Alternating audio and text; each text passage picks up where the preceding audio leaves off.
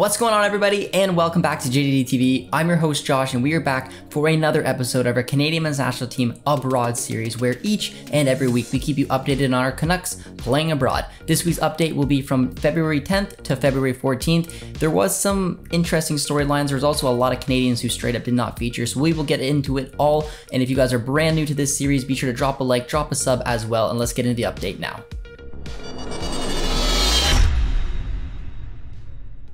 Alright guys, so to kick off the episode, we are heading to England like we usually do. And we're going to start off by talking about a couple players who did not feature once again. Richie Laryea, Daniel Jepson, both did not feature. Both, right now, the moves are looking like they may not have been the best case. It's finding a very tricky time for Laryea to break in. He's got the left wing back and the right wing back in Spence and Lowe. He's got to find a way to get in there. He hasn't even been given a chance. He hasn't even been played a single minute yet for Nottingham Forest. So that transfer is really looking iffy, but eventually, he's going to get an opportunity. Now, like we know, Richie, he's hopefully going to shine. And Daniel Jepson getting recalled from loan once again with the amount of strikers that Sheffield United have. He has not featured, and it's some scary stuff right there. We want these players to thrive. They were playing at their respective clubs. They were doing quite well. And now this move is kind of in a gray area. We're going to have to wait to see how it goes out. But let's focus on a player who did feature over the weekend, and that was Junior Hoilett. Junior Hoilett at the weekend started and played as a left attacking mid in a 4-2-3-1, playing 63 minutes. But he unfortunately could have played longer, but he picked up 2 yellow cards and was sent off on that 63rd minute. He picked up an assist before that, and he looked relatively dangerous for Reading. It was a 2-2 draw at the time, but unfortunately, after going down a man, they conceded shortly after, and Coventry won 3-2. And with that loss, Reading sit 21st in the table with an 8-4-18 record on 22 points, 2 points off of 22nd place, relegation bound Peterborough, losing 8 straight in all competitions. Dangerous stuff there for Hoilett. Not really the result he wanted, not the result that the club wanted, and once again, it's another frustrating week for Reading. Moving down a league, we're going to take a look at Theo Calabria, who, after having a match off, was back into it, back in the starting lineup. He played 62 minutes in this match, playing as a right wing in a 3-4-3 as MK Dons drew 0-0 against Ipswich. Theo had 2 shots, 35 touches, and 88% pass completion record. He struggled with his dribbling, though, taking on defenders in this match, and was inevitably didn't get the full match, playing a little over those 60 minutes as we talked about. But with that result, regardless, they still sit in 3rd place with a 16-9-7 record. They are going for those automatic promotion places, but it's going to be a bit of a task. But regardless, it looks like they're going to be involved and potentially will have to go through the playoffs if they want a promotion up to the championship. Heading on over to Germany now, we're going to take a look at Scott Kennedy, whose side was back in action. He was able to start in this match, and he played 90 minutes as a left outside center back in a 3-4-1-2 system. It changed in transition, so he was playing as just a left center back as well in a back 4. But Kennedy looked pretty well in that match, and as we were discussing, and big shout outs to Alex, who was pointing this out, and it was something that is relatively interesting to take a look at, as Kennedy looked pretty solid with his long throw-ins, as well as a couple of those throw-ins led to some pretty strong chances, but unfortunately, Jan Regensburg was not able to capitalize. They ended up losing the match 3-2 against St. Pauli. They sit 9th in the table now with a 9-4-9 record. The promotion push has pretty much fallen apart.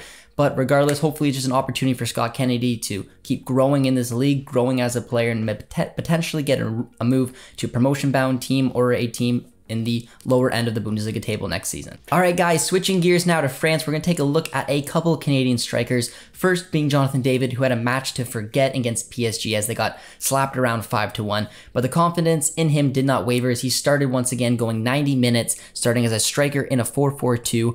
In that match, he had 35 touches. He created 3 shots for himself. He had a 71% pass completion record. The service to him was lacking, but he did pretty strong considering it was one of those matches that Lille were just stubborn and trying to hold on to that. And you guessed it, very, very small 1-0 victory over Montpellier. They had a record now of 9-8-7 on 35 points, 10th in the table. They just leapfrogged Montpellier. It's been a real up and down season for Lille, but impressive results like this helps erase the memories of those big upsets that they've had. But regardless, it has to be mentioned that David is struggling in front of goal. He needs to find a Ligue 1 goal, and he needs to find it soon to get back in his ways, as he's lost for a couple weeks now his top of the table goal scoring charts, as I believe Ben Yedder is top of the table right now. But it not what you want to see as a striker, and Lille definitely needs to see him start finding the back of the net soon. Now, taking a look at the other Canadian striker, it is Ike Ugbo, who got his Ligue 1 debut, but it was one to forget.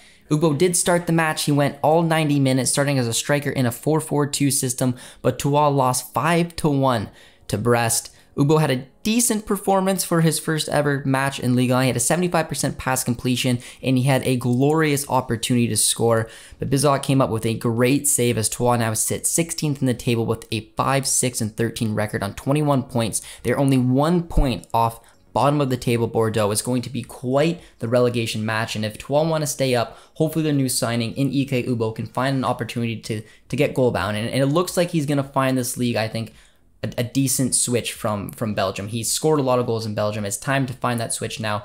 I would bank that he's going to have a say on whether Tual go up or down this season.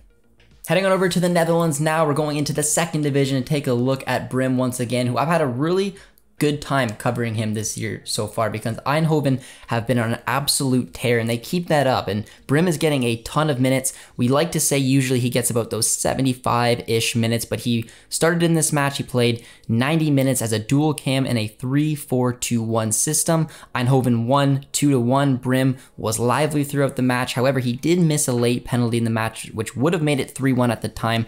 However, they still held on to win 2-1. They sit 5th in the table with a 5-7 record, winning 5 matches in a row. This Eindhoven side is exciting. Brim's exciting in it, and I really hope they can find a way, whether through the playoffs or just automatic promotion, to get up to the top flight in the Netherlands. Heading on over to Austria now, guys, the league that has been on a long winter's break, it's back, and we're going to take a look at Frank Sturring, whose side Horne was in action over the weekend. Sturring started in that match, played 90 minutes in a 4-4-2 system as a center back. Horne drew 2-2, and with that result, they sit 11th in the table with a 4-4-8 record. It's great that Sturring is getting the minutes he is, but I still think he needs to play at a little bit higher level if he wants to compete for a spot for the Canadian national team. But hopefully he can use Horne in this season to get some notice, get some attention, and maybe get a move up to the top flight in Austria. All right, guys, quick pit stop in Belgium. We're going to just give you guys an update on Taehyung Buchanan, who did not feature over the weekend. He did pick up COVID and unfortunately was not able to play, but Club Brugge did win 2-0, which is a good result for them. We're hoping that Taehyung gets a quick and speedy recovery from COVID so he can get back in the starting 11 for Club Brugge ASAP. Moving down a division in Belgium, we're going to take a look at Dians and Liam Fraser, who at the weekend, Liam Fraser started in the match. He played 83 minutes as a CDM in a 4-2-3-1. Unfortunately, though, for his side, they lost 1-0, and with that result, they now sit 4th in the table with 6 wins, 10 draws, 4 losses on 28 points. Only the top 2 can go for promotion. They are 7 points off right now, and I really think they need to find an opportunity to push for promotion because, again, similar to Sturring, I think if Fraser still wants an opportunity to remain as an option for the midfield, he needs to play in a little bit higher and more competitive league than the second division in Belgium. Getting promotion here would have been massive, but it looks like it's a bit of a tough task right now as they are 7 points off. Heading on over to Chile now, we're going to take a look at Huachipato. Now, I was pronouncing it incorrectly, and I have probably said a few different clubs or even players incorrectly. And always feel free, guys, to correct me because I do my best to try to listen to the way that clubs are pronounced, but you know, I struggle sometimes. But I appreciate, so shout out in the comments to whoever gave me the proper correction of Huachipato. But let's take a look at Huachipato and Cordova, who at the weekend was able to start and play 90 minutes as a right back in a 4-1-3-2 system, as Huachipato won 2-1 in their home opener. It was a pretty solid performance for Cordova at the back. He had an 83% pass completion record. He was 3 for 3 on his long balls. And with this win now, Huachipato sit 10th place with a 1-0-1 record. Very interesting player Cordova is, being on the right side, can play in attacking roles at right wing back, right mid, right back. So I'm very curious to see if Herdman is keeping an eye on him playing in a relatively competitive league in Chile, because I would like to see him potentially get a shot down the line at the Canadian national team. Heading over to Greece now, we're going to take a look at Derek Cornelius, who his side is recovering a little bit from getting knocked out against Olympiacos. It was quite the little cup run there, but over 2 legs just wasn't enough. The Greek Giants found a way. But at the weekend here, Cornelius started and went all 90 minutes as a center back in the 4-2-3-1 system. Pantelikos drew 0-0 to sit with a 6-4-12 record, 10th place in the table. They ended their losing streak as well. And again, the minutes continually add up for Derek Cornelius. He's found a real home here in Greece. He's playing very well. I'm curious to see if other clubs, potentially clubs like Olympiacos or Athens, are going to take a look at him, seeing the performances he put in this season, because he's been very strong. It's the reason he's back in the national team, and I believe potentially the reason he might get some looks, especially from some of the teams higher up the table in Greece.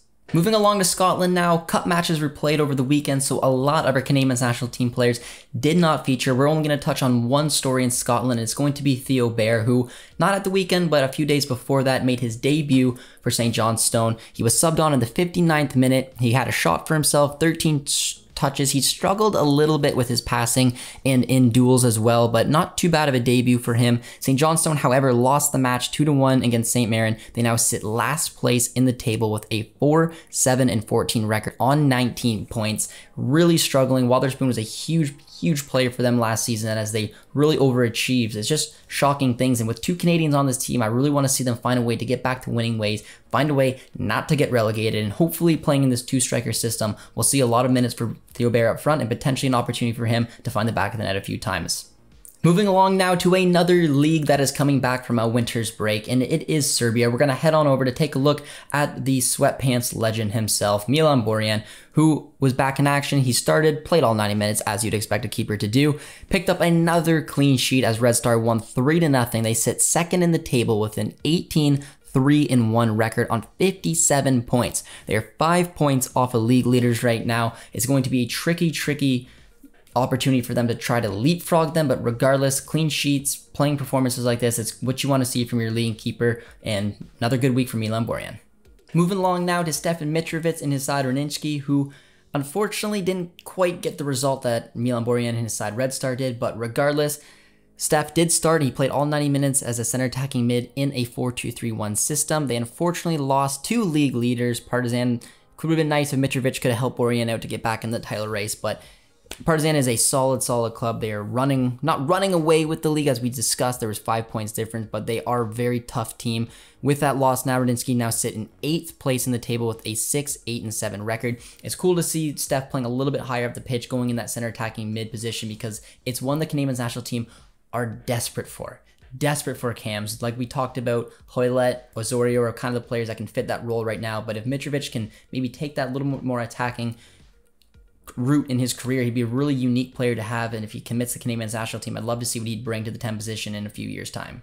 Heading on over to Switzerland now, we're going to take a look at Basel and Liam Miller, who unfortunately had a bit of a frustrating go.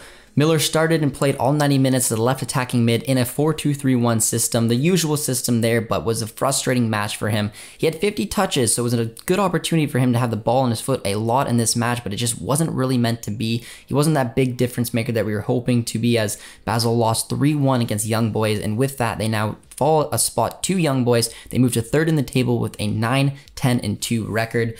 Seeing Miller get that type of opportunity to have the ball is always a confidence for him. It's just Young Boys knew what they had to do. They found a way to win, and I mean, unfortunately for us Canadians, it was an American on the other side with Pifok picking up a goal and assist, who ended up being a big difference maker there. So hopefully Liam Miller and company can find a way to bounce back, as you're talking about them getting a lot of draws, but a loss isn't going to help them trying to go for a title push.